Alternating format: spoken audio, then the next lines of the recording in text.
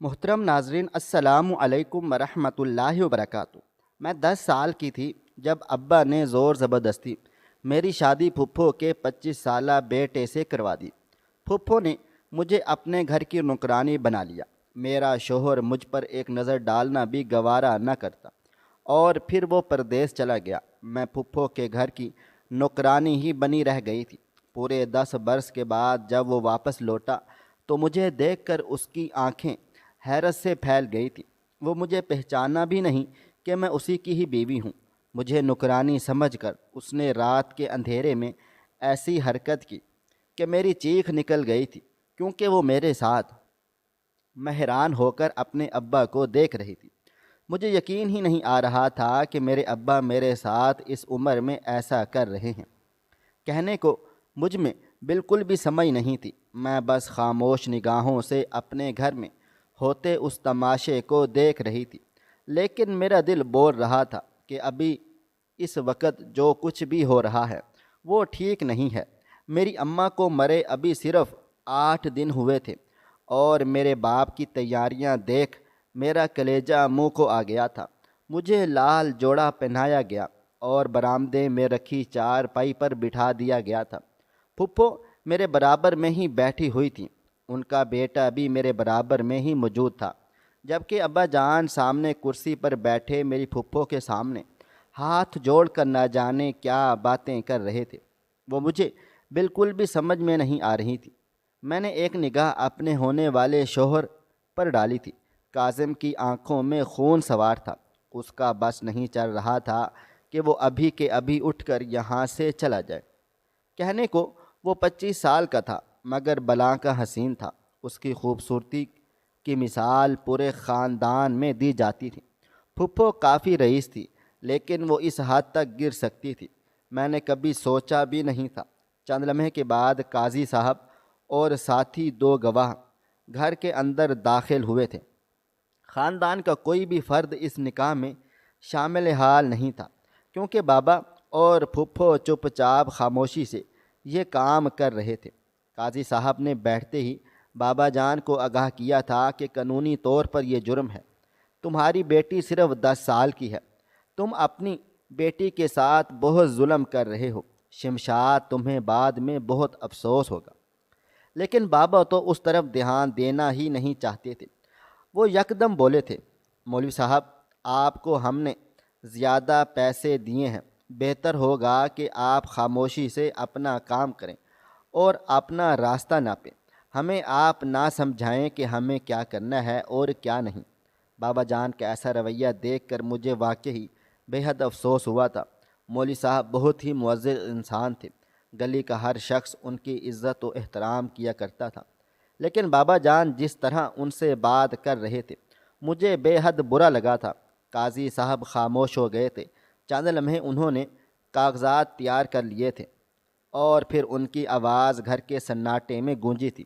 سائرہ بنت شمشاد، آپ کا نکاح کاظم ولد رمیز احمد سے کیا جاتا ہے۔ کیا آپ کو یہ نکاح قبول ہے؟ میرا دل زور زور سے دھڑکنے لگا تھا۔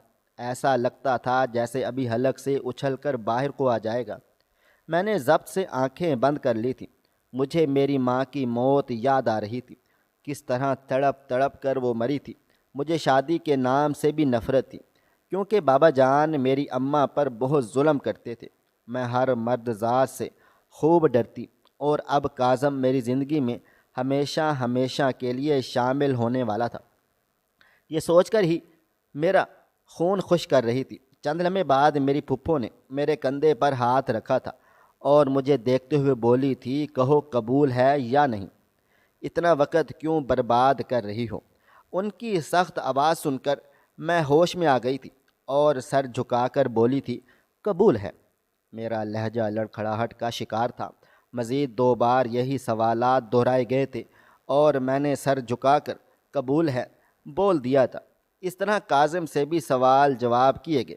اس نے ایک پل نہیں لگایا تھا اور مجھے اپنے نکاح میں قبول کر لیا تھا۔ دستخط کی جگہ میں نے انگوٹھا لگایا تھا، جبکہ کاظم نے فوراً سے دستخط کر دیے تھے۔ نکاح مکمل ہوتے ہی قاضی صاحب نے دعا کروائی تھی اور وہ وہاں سے چلے گئے تھے۔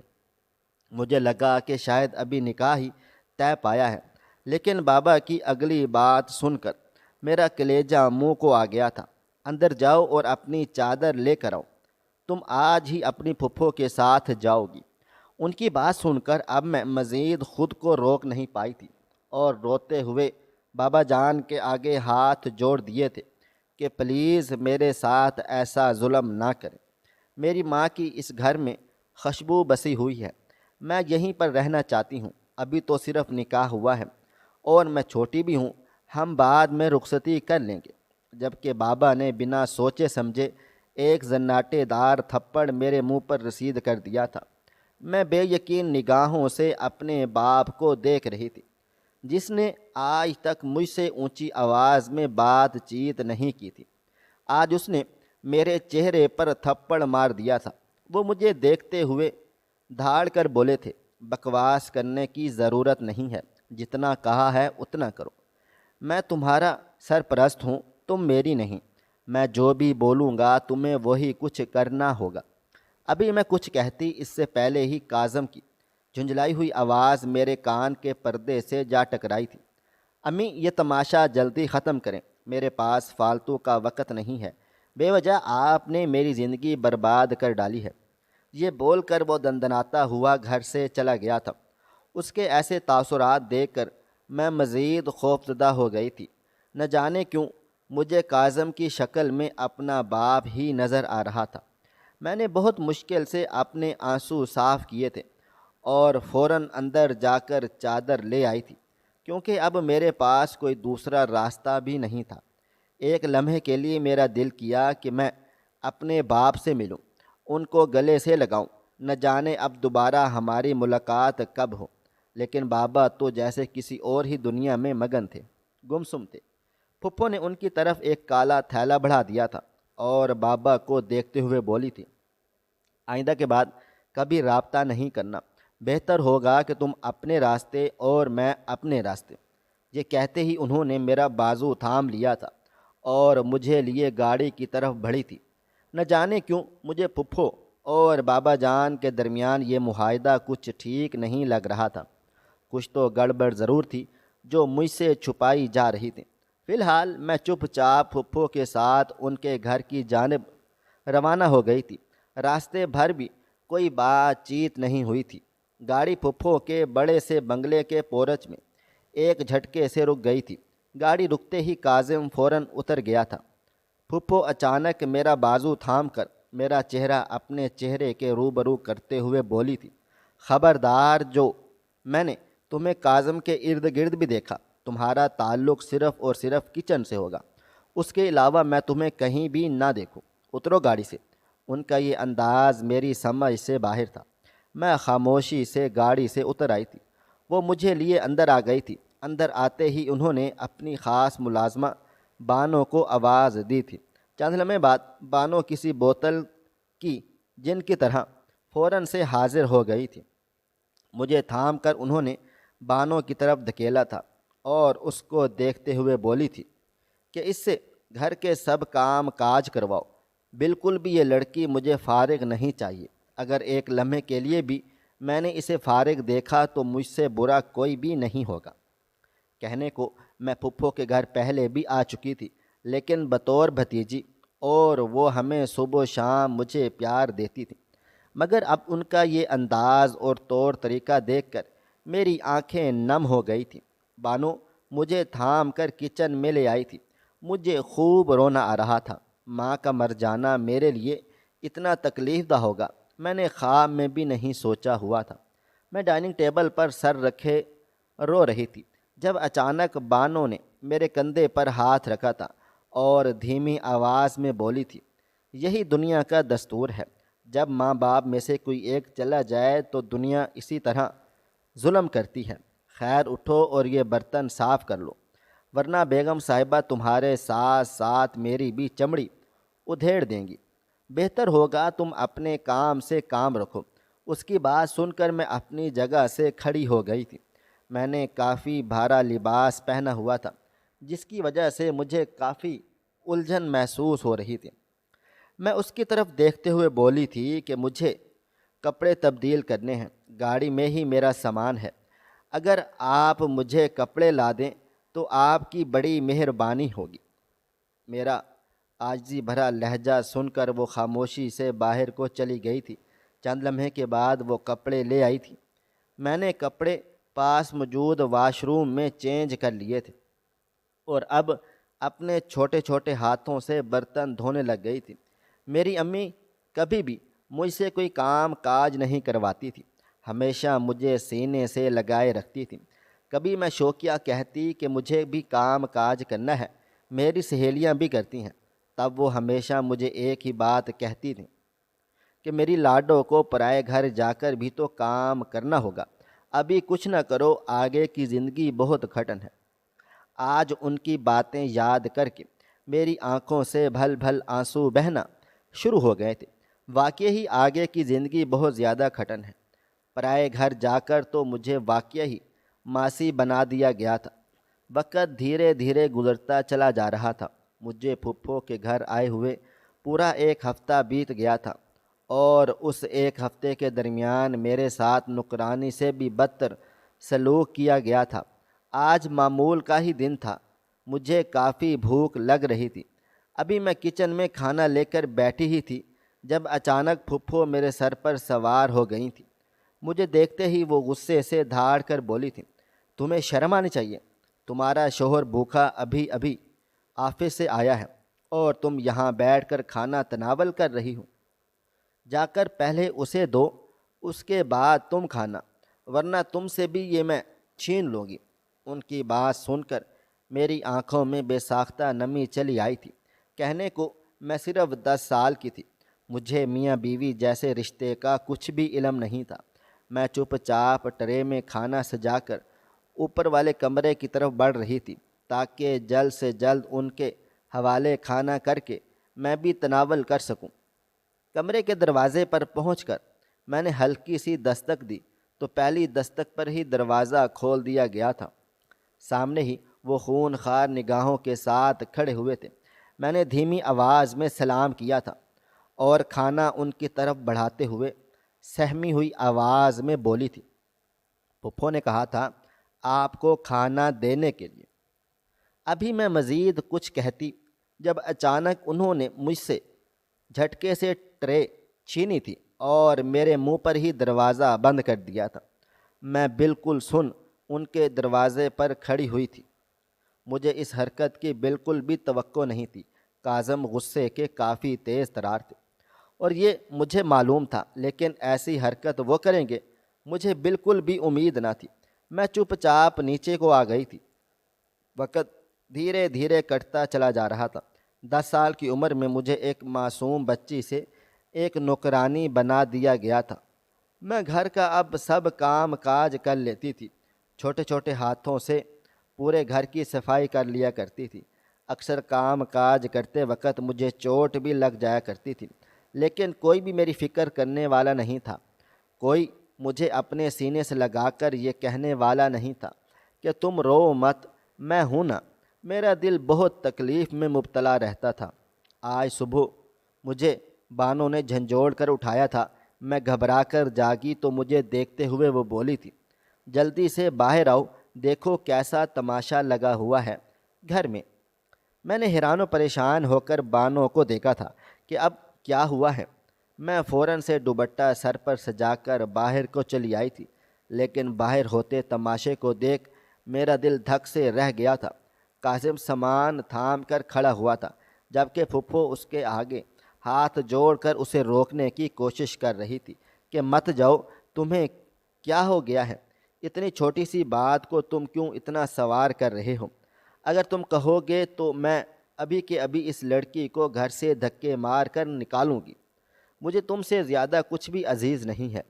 پھپھو کی بات سن کر کاظم یکدم بھڑک اٹھا تھا اور ان کی طرف دیکھتے ہوئے بولا تھا، بے شک آپ کو اس لڑکی سے زیادہ میں عزیز ہوں، لیکن مجھ سے بھی زیادہ عزیز آپ کو ماموں جان ہیں، جس وجہ سے آپ نے میری زندگی تباہ و برباد کر دی ہے۔ نکاح کوئی معمولی بات نہیں ہوتی۔ امی جان، آپ یہ بات کیوں نہیں سمجھتی ہیں؟ میں کوئی چھوٹا بچہ نہیں ہوں، 25 سال کا نوجوان لڑکا ہوں۔ لیکن آپ کے نزدیک یہ سب باتیں بے معنی ہیں۔ میں یہاں رہ بھی نہیں سکتا، مجھے ویسے بھی اپنی ڈاکٹری کی پڑھائی مکمل کرنی ہے، اس لیے بہتر یہی ہوگا کہ آپ مجھے نہ روکیں۔ میری پھپھو اس کے آگے ہاتھ جوڑتی رہ گئی تھی، لیکن نہ انہوں نے رکنا تھا اور نہ وہ رکے تھے۔ وہ کہاں گئے تھے مجھے کچھ بھی معلوم نہیں تھا، لیکن انجانے میں ہی میرا دل کافی اداس ہو گیا تھا۔ میں چپ چاپ واپس اپنے کمرے میں آ گئی تھی، کیونکہ جانتی تھی کہ اگر پھپھو کی نگاہ مجھ پر گئی تو وہ مجھے بے وجہ ماریں گی۔ مگر چند لمحے گزرے تھے جب اچانک کمرے کا دروازہ کھلا تھا۔ میں نے سر اٹھا کر دیکھا تو سامنے پھپھو کھڑی ہوئی تھی، ہاتھ میں بیلٹ لیے وہ غصے سے میری طرف کو بڑھی تھی۔ میں کانپ کر اپنی جگہ سے کھڑی ہو چکی تھی۔ وہ میری پیٹھ پر بیلٹ رسید کرتے ہوئے بولی تھی، تمہاری وجہ سے آج میں نے اپنا بیٹا کھو دیا ہے۔ میں نے تمہارے باپ کو منع بھی کیا تھا، لیکن اس کو صرف اور صرف پیسوں کی لالچ تھی۔ دیکھو آج میں اپنے بیٹے سے جدا ہو گئی ہوں۔ وہ بولتی چلی جا رہی تھی اور بے وجہ مجھے مارتی جا رہی تھی۔ میں نے ان کے آگے ہاتھ جوڑے تھے، ان سے التجا کی تھی کہ مجھے معاف کر دیں، میرے ساتھ ایسا ظلم نہ کریں، لیکن وہ بالکل بھی نہیں ٹھہری تھی، بلکہ مجھے لمحے میں انہوں نے نیلو نیل کر دیا تھا۔ میرے منہ سے صرف اور صرف میری ماں کا ہی نام ہی ادا ہو رہا تھا کہ کہیں سے بھی وہ آ جائیں، مجھے میرے ہی خاندان والوں کے چنگل سے بچا لیں، لیکن نہ وہ آ سکتی تھی اور نہ ہی وہ آئی تھی۔ پھپھو نے مجھے اپنے عتاب کا نشانہ بنا کر چلی گئی تھی۔ وقت دھیرے دھیرے گزرتا جا رہا تھا، دن مہینوں میں اور مہینے سال میں تبدیل ہو گئے تھے۔ اس دوران میرے بابا جان نے ایک بار بھی میری خیریت پوچھنے کے لیے بھی چکر نہیں لگایا تھا۔ وہ مجھ سے اتنی آسانی سے کیسے غافل ہو گئے تھے؟ مجھے یہ بات بالکل بھی سمجھ میں نہیں آتی تھی۔ جب میری اماں حیات تھیں، بے شک وہ انہیں مارتے تھے، پیٹتے تھے، ان پر گالیاں بھی نکالتے تھے، لیکن اس کے باوجود وہ مجھے اپنے سینے سے لگاتے تھے، مجھے پیار کرتے تھے، باپ ہونے کا مان دیتے تھے۔ لیکن اب اچانک سے ان کا مجھ سے غافل ہو جانا میری سمجھ سے باہر تھا۔ میں کچن میں کھڑی رات کے کھانے کی تیاری کر ہی رہی تھی جب اچانک پھپھو کچن میں داخل ہوئی تھی اور مجھے دیکھتے ہوئے بولی تھی، کیا کر رہی ہو؟ میں نے ایک نگاہ ان کے وجود پر ڈالی تھی۔ بیٹے کی جدائی نے انہیں کافی کمزور کر دیا تھا۔ میں دھیمی آواز میں بولی تھی کہ رات کا کھانا تیار کر رہی ہوں، آپ کو کوئی کام تھا؟ جب انہوں نے میری طرف ایک شاپر بڑھایا تھا اور مجھے دیکھتے ہوئے بولی تھی، آج تمہارا شوہر رات تک واپس آ جائے گا۔ دیکھو سائرہ، اگر چاہتی ہو کہ تمہارا شوہر تمہارے ساتھ خوشحال زندگی گزارے تو اس کے قریب جاؤ، اسے اپنا بناؤ، اس کے سنگ سنگ پھرو، تاکہ وہ باہر کی دنیا سے غافل ہو جائے اور گھر میں ہی دل لگا لے۔ اگر تم نے ایسا نہ کیا تو یاد رکھنا، جس طرح تمہارے باپ سے میں نے تمہیں چند ہزار میں خریدا تھا، اسی طرح چند ہزار میں کوٹھے پر بیچ آؤں گی۔ تم ابھی مجھے جانتی نہیں ہو، اگر میرا بیٹا اس بار یہاں نہیں ٹھہرا تو مجھ سے برا بھی کوئی نہیں ہوگا۔ وہ پورے 10 سال کے بعد واپس آ رہا ہے، میں نہیں چاہتی کہ وہ ایک بار پھر سے مجھے چھوڑ کر چلا جائے۔ میں نے بہت مشکل سے اسے واپس بلایا ہے۔ ان کی باتیں سن کر میں بالکل خاموش ہو گئی تھی۔ دل زور زور سے دھڑکنے لگا تھا۔ میں اب کوئی چھوٹی بچی نہیں تھی، بلکہ ایک 20 سال کی نوجوان لڑکی بن چکی تھی۔ میں بالکل خاموش ہو گئی تھی۔ پھپھو وہاں سے چلی گئی تھی۔ کیا مجھے پھپھو کی بات پر ہی عمل کرنا چاہیے تھا؟ چند لمحے میں اپنی جگہ پر ہی کھڑی اس بارے میں سوچتی رہی تھی، اور پھر اچانک میرے چہرے پر ایک شرمیلی مسکراہٹ پھیل گئی تھی۔ پھپھو درست بول رہی تھی، وہ میرے شوہر تھے اور میں ان کے ساتھ اپنی زندگی کا آغاز کر سکتی تھی۔ ان کو روکنے کے لیے میں بھی کسی بھی قسم کا حربہ استعمال کر سکتی تھی، یہ مجھ پر لازم و ملزوم تھا۔ میں نے جلدی جلدی کام ختم کیا اور فوراً وہ شاپر تھام کر کمرے میں آ گئی تھی۔ دل کافی گھبرا رہا تھا۔ ایک لمحے کے لیے دل کیا کہ کچھ بھی نہیں کرتی، نہ جانے وہ اب کس سوچ کے انسان ہو گئے ہوں گے، نہ جانے مجھے دیکھ کر کیا رد عمل ظاہر کریں گے۔ لیکن پھر میں نے اپنا سر جھٹک دیا تھا کہ اگر فضول باتیں سوچوں گی تو دماغ مزید خراب ہوگا، بہتر ہے کہ پھپھو کی بات پر جلد سے عمل کیا جائے۔ میں جلدی جلدی تیار ہونا شروع ہو گئی تھی۔ اس شاپر میں ایک بہت ہی خوبصورت لباس تھا جسے زیب تن کر کے میں واقعی حسین و جمیل لگ رہی تھی۔ میں نے خوبصورتی اپنی ماں سے چرائی ہوئی تھی، جس کے باعث جو بھی مجھے دیکھتا یہی کہتا تھا، تمہارے حسن کا کوئی مقابلہ نہیں۔ وقت دھیرے دھیرے گزرتا چلا جا رہا تھا۔ رات کی سیاہی چاروں جانب پھیل گئی تھی۔ میرے کان پورچ میں لگے ہوئے تھے، گاڑیاں بنگلے سے انہیں لینے کے لیے نکل چکی تھی۔ پھپھو مین گیٹ پر ہی کھڑی اپنے بیٹے کا شدت سے انتظار کر رہی تھی، جبکہ میں باقی ملازمین کے ہمراہ بنگلے کے مرکزی دروازے پر موجود تھی۔ چند لمحے بعد پورچ میں گاڑی جھٹکے سے آ کر رکی تھی۔ اس کے پیچھے باقی گاڑیاں بھی آ کر لگی تھیں۔ میری نظر ایک گاڑی پر ہی جمی ہوئی تھی۔ دل زور زور سے دھڑک رہا تھا، ایسا لگتا تھا جیسے ابھی حلق سے باہر کو آ جائے گا۔ چہرے پر شرمیلی مسکراہٹ، نظروں میں جذبات، میں دل ہی دل میں کافی زیادہ خوش تھی۔ 10 سال کے بعد میں اپنے شوہر سے ملاقات کرنے والی تھی۔ میرا دماغ آسمان پر پہنچا ہوا تھا۔ چند لمحے کے بعد گاڑی کا دروازہ کھلا تھا اور ایک شخص باہر کو چلا آیا تھا۔ اونچا، لمبا، دراز قد، چوڑی جسامت، کسرتی وجود۔ وہ کوئی اور نہیں بلکہ میرے شوہر کاظم احمد تھے، جنہیں دیکھ کر میں مبہوت رہ گئی تھی۔ اس 2 سال کے درمیان ان کی شخصیت میں کافی نکھار آ گیا تھا۔ چہرے پر اب ایک نظر کا چشمہ بھی موجود تھا جو ان کی شخصیت میں چار چار چاند لگا رہا تھا۔ وہ فوراً میرے پھپھو سے گلے ملے تھے۔ کافی دیر تک ماں بیٹے ایک دوسرے کو سینے سے لگائے کھڑے رہے تھے، اور پھر وہ پھپھو کے آنسو صاف کر کے انہیں اندر کی طرف لے کر آنے لگے تھے۔ تمام ملازمہ اپنی اپنی جگہ سنبھال چکی تھی۔ جیسے ہی وہ اندر کو داخل ہوئے، سب ان پر پھول برسانے لگ گئے تھے۔ میں بھی مسکرا کر ان پر پھول ڈالنے لگی تھی، جب اچانک وہ میری طرف آ کر ٹھہر گئے تھے۔ میں نے گھبرا کر 2 قدم پیچھے لے لیے تھے۔ انہوں نے گردن موڑی تھی اور مجھے اوپر سے نیچے کھڑے ہو کر کافی دیر تک دیکھا تھا۔ یقیناً میں انہیں بہت زیادہ خوبصورت لگی تھی۔ ان کی آنکھوں میں موجود جذبات کی لو دیکھ کر میں گھبرا گئی تھی۔ مجھے لگا تھا کہ اب پھپھو میرا تعارف ان سے کروائیں گی، لیکن وہ خاموشی سے اپنے بیٹے کے ہمراہ اندر کو بڑھ گئی تھی۔ مجھے ان کا یہ انداز کچھ خاص سمجھ میں نہیں آیا تھا۔ تھوڑی دیر کے بعد ہی پھپھو نے کھانا لگانے کا حکم دے دیا تھا۔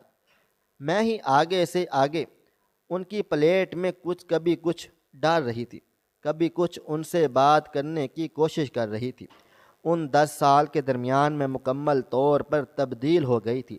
کوئی بھی شخص مجھے اب پہچان بھی نہیں سکتا تھا۔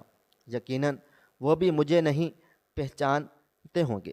جبھی ملازمہ بول کر مجھے مخاطب کر رہے تھے، 1-2 بار مجھے عجیب و غریب سا لگا تھا، دکھ بھی ہوا تھا، آنکھوں میں نمی بھی چمکی تھی، لیکن میں خاموش رہی تھی۔ چند لمحے کے بعد اچانک انہوں نے میری کمر پر ہلکا سا ہاتھ پھیرا تھا۔ میں نے گھبرا کر ان کی طرف دیکھا تو وہ دوبارہ اپنی پلیٹ پر جھک گئے تھے۔ مجھے ان کا یہ انداز کچھ خاص پسند نہیں آیا تھا۔ میں اب تھوڑا سا فاصلہ قائم کر گئی تھی، کیونکہ مجھے اب تھوڑی سی شرمندگی محسوس ہونے لگی تھی۔ کھانا وغیرہ کھا کر وہ اپنی ماں کے ساتھ لاؤنج میں بیٹھ گئے تھے، جبکہ میں تمام برتن سمیٹ کر کچن میں آ گئی تھی۔ چند لمحے کے بعد مجھے ایک ملازمہ نے آ کر پیغام دیا تھا کہ فوراً ہی 2 کپ چائے بنا کر میں بذات خود لاؤنج میں لے کر آؤں۔ مجھے ان کی یہ بات بھی کافی حیران کن لگی تھی، لیکن میں نے چپ چاپ ان کی بات پر عمل کرتے ہوئے 2 کپ چائے بنائی تھی اور فوراً لاؤنج کی طرف بڑھ گئی تھی۔ مجھے لگا تھا کہ اب وہ میرا تعارف کروائیں گی، لیکن اس بار بھی وہ خاموش رہی تھی۔ میں نے اپنی آنکھوں میں آئے ہوئے آنسوؤں کو بہت مشکل سے ضبط کیا تھا اور چپ چاپ کچن میں واپس کو آ گئی تھی۔ نہ جانے کیوں مجھے پھپھو کا یہ رویہ پریشان سا کر رہا تھا، حالانکہ کاظم کے آنے سے پہلے تک وہ بالکل ٹھیک ٹھاک تھیں، لیکن اب جس طرح وہ سب سے برتاؤ کر رہی تھی میرا خون خشک ہو رہا تھا۔ کافی دیر تک میں کچن میں ہی کھڑی ان کے بلاوے کا انتظار کرتی رہی تھی کہ شاید وہ مجھے بلائیں اور اپنے بیٹے کو بتائیں کہ میں اس کی منقوہ ہوں، لیکن ایسا نہیں ہوا تھا۔ چند لمحے کے بعد میں اپنے کمرے میں آ گئی تھی۔ رات کافی ہو چکی تھی، میرا ارادہ اب آرام کرنے کا ہی تھا، لیکن میں نہیں جانتی تھی کہ جس انسان کو میں اپنا سب کچھ مان رہی تھی وہی سب سے بڑا درندہ ہے۔ وقت دھیرے دھیرے گزرتا چلا جا رہا تھا۔ تقریباً کوئی آدھی رات کے وقت مجھے اپنے وجود پر کسی کے ہاتھوں کا لمس محسوس ہوا تھا۔ پہلے مجھے اپنا خیال ہی لگا، لیکن جب وہ ہاتھ اپنی حدود تجاوز کرنے لگا میری آنکھ جھٹ کھل گئی تھی۔ میں نے فوراً ہی اٹھنے کی کوشش کی تھی، مگر مجھے جکڑ لیا گیا تھا۔ میں نے سر گھما کر دیکھا تو میرے پہلو میں کاظم موجود تھے۔ انہیں دیکھ کر میں بے حد خوف زدہ ہو گئی تھی۔ جب وہ میرے کان میں سرگوشی کرتے ہوئے بولے تھے، خوبصورت لڑکی، خبردار، جو تم میری آغوش سے نکلی، اگر تم نے ذرا بھی ہلنے جلنے کی کوشش کی تو مجھ سے برا کوئی بھی نہیں ہوگا۔ ان کی یہ باتیں سن کر میری آنکھوں میں آنسو آ گئے تھے، یعنی وہ مجھے ایک خوبصورت ملازمہ سمجھ کر میری عزت داغدار کر رہے تھے۔ یہ سوچ آتے ہی میرے رونگٹے کھڑے ہو چکے تھے۔ میں ان کو بتانا چاہتی تھی کہ میں کون ہوں، لیکن وہ سننا ہی نہیں چاہتے تھے۔ میں روتی رہ گئی تھی، تکلیف سے تڑپتی رہ گئی تھی، لیکن نہ انہوں نے میری تکلیف پر دھیان دیا تھا اور نہ ہی میرے رونے پر۔ کافی دیر تک وہ میرے ساتھ رہے تھے اور پھر فجر کی اذان کے وقت کمرے سے باہر کو چلے گئے تھے۔ میں اٹھ کر بیٹھ گئی تھی، اپنی قسمت پر خوب روئی تھی۔ کافی دیر رونے کے بعد جب میرا دل ہلکا ہو گیا تو میں واش روم میں چلی گئی تھی، غسل لیا تھا اور وضو بنا کر باہر کو آ گئی تھی۔ جائے نماز پر کھڑی ہو کر بھی میرے آنسو تھمنے کا نام ہی نہیں لے رہے تھے۔ ہاتھ اٹھا کر میں نے اپنے رب سے خوب ساری دعائیں مانگی تھی، اپنے اچھے نصیب کی، آنے والے کل کی۔ مجھے اب فکر ہونے لگی تھی کہ پتہ نہیں اب کیا ہوگا۔ رات قطرہ قطرہ کر کے پگھلتی چلی گئی تھی۔ اگلی صبح کا سورج پوری آب و تاب سے روشن ہوا تھا۔ میں اپنے وقت سے جاگ گئی تھی اور چپ چاپ کچن کی طرف بڑھ گئی تھی، لیکن جیسے ہی میں کمرے سے باہر آئی تو گھر میں ہوتی غیر معمولی ہلچل سے میں خوب حیران و پریشان ہو گئی تھی۔ میں جیسے ہی کچن میں پہنچی تو وہاں موجود ملازمہ مجھے دیکھتے ہی بولی تھی، بیگم صاحبہ، آپ یہاں کیا کر رہی ہیں؟ آپ اپنے کمرے میں جا کر آرام کریں، اگر صاحب جی نے دیکھ لیا تو بے وجہ ہم سب کی شامت آ جائے گی۔ اس کی بات سن کر میں حیران ہو گئی تھی کہ وہ کیا بول رہی ہے۔ میں کچھ کہتی اس سے پہلے ہی پھپھو کی آواز پیچھے سے آئی تھی، سائرہ ادھر آؤ میرے پاس۔ میں نے پلٹ کر دیکھا تو وہ مجھے اپنے قریب بلا رہی تھی۔ میں دھڑکتے دل کے ساتھ ان کے پاس جا پہنچی تھی تو وہ میرا ہاتھ تھام کر لاؤنج میں لے آئی تھی اور مجھے دیکھتے ہوئے بولی تھی، میں جانتی ہوں کاظم نے تمہارے ساتھ رات بھر کیا کیا کیا ہے۔ ان کی بات سن کر میرا پورا وجود سنسنا اٹھا تھا۔ ایسا لگتا تھا جیسے کاٹو تو بدن میں لہو نہیں۔ وہ مجھے دیکھتے ہوئے مزید بولی، مگر اس کو معلوم تھا کہ تم اس کی بیوی ہو۔ صبح ہی اس نے اعلان کیا ہے کہ کل تک وہ رخصتی چاہتا ہے۔ اب تم میرے گھر کی بہو بننے والی ہو تو تھوڑی بہت تیاریاں تو کرنی ہی پڑیں گی۔ تمہاری یہ خام خیالی ہے کہ وہ لندن جانے کے بعد تم سے غافل ہو گیا تھا، مگر ایسا نہیں تھا۔ وہ ہر لمحے کی خبر مجھ سے لیتا تھا کہ تم کہاں ہو، کیا کر رہی ہو، کس حال میں ہو۔ مجھے یہ سب کچھ بہت برا لگتا تھا، کیونکہ میں نے تمہارے باپ سے تمہیں خریدا تھا۔ میں تمہیں صرف اور صرف گھر کی ملازمہ بنانے کے لیے لائی ہوئی تھی، لیکن قاسم کو تم سے محبت ہو گئی تھی۔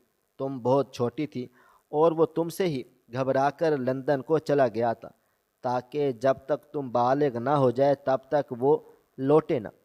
ان کی بات سن کر میں بالکل ایسی ہو گئی تھی کہ جیسے کاٹو تو بدن میں لہو ہی نہیں۔ وہ پھر سے مزید بولی کہ یہی وجہ تھی کہ میں تم سے خار کھاتی تھی، مگر اب مجھے بھی سمجھ آ گیا ہے کہ زندگی بہت چھوٹی ہوتی ہے، معاف کرنے سے انسان ہمیشہ سکھ پاتا ہے۔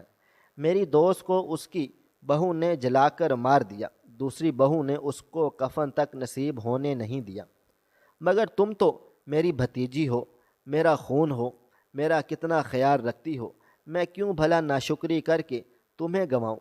کل رات کو آتے ہی اس نے مجھے کہا تھا کہ وہ رخصتی چاہتا ہے، مگر میں نے ہی منع کر دیا تھا، لیکن وہ لڑکا بالکل بھی باز نہیں آیا اور رات میں ہی تمہارے پاس پہنچ گیا۔ ان کی بات سن کر میں دنگ رہ گئی تھی، مجھے سمجھ ہی نہیں آ رہا تھا کہ میں اللہ تعالیٰ کا شکر ادا کروں یا پھر کل رات ہوئے واقعے پر رو دوں، لیکن میں نے صرف اور صرف اپنے رب کا شکر ادا کیا تھا۔ پھپھو کے کہنے کے بالکل ٹھیک اگلے دن ہی میری رخصتی ہو گئی تھی، اور جو محبت مجھے کاظم نے دی تھی اسے سمیٹ سمیٹ کر میں تھک ہار گئی تھی۔ مجھے میرے صبر کا پھل مل گیا تھا، جتنی تکلیفیں میں نے ان کے جانے کے بعد برداشت کی تھیں ان سب کا پھل کاظم کی صورت میں مل چکا تھا۔ یہ بات بالکل غلط ہے کہ ماں باپ اگر ناجائز کریں تو اولاد کے آگے بھی آتا ہے۔ خدا کا لاکھ لاکھ شکر ہے میرے شوہر ایسے نہیں ہیں، انہوں نے مجھے بہت پیار دیا ہے اور ہر وقت ہی میرے آس پاس رہتے ہیں۔ میں تمام لڑکیوں کو محض ایک سبق دینا چاہوں گی، جو لوگ صبر کرتے ہیں خدا تعالیٰ پھل خود ان کی جھولی میں ڈال دیتا ہے، بس صبر کی رسی کو تھام کے رکھنا چاہیے۔ ناظرین، آج کی کہانی کیسی لگی؟ کومنٹ باکس میں اپنی رائے کا اظہار کریں۔ خواہش صرف اتنی ہے کہ کچھ الفاظ لکھوں جس سے کوئی گمراہی کے راستے پہ جاتے جاتے رک جائے، اور نہ بھی رکے تو سوچ میں ضرور پڑ جائے۔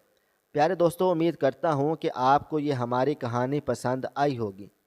کہانی پسند آئی ہو تو ویڈیو کو لائک کریں، کومنٹس کریں، شیئر کرنا بالکل بھی نہ بھولیں، اور ہاں، اگر آپ لوگ اس چینل پر نئے ہیں تو اس چینل کو سبسکرائب ضرور کر لیجئے گا اور نوٹیفیکیشن کو ضرور دبائیے گا تاکہ آنے والی کہانی سب سے پہلے آپ کو مل سکے۔ ملتے ہیں کل ایک نئی اور دلچسپ کہانی کے ساتھ، تب تک اپنا ڈھیر سارا خیال رکھیے گا۔ اللہ حافظ۔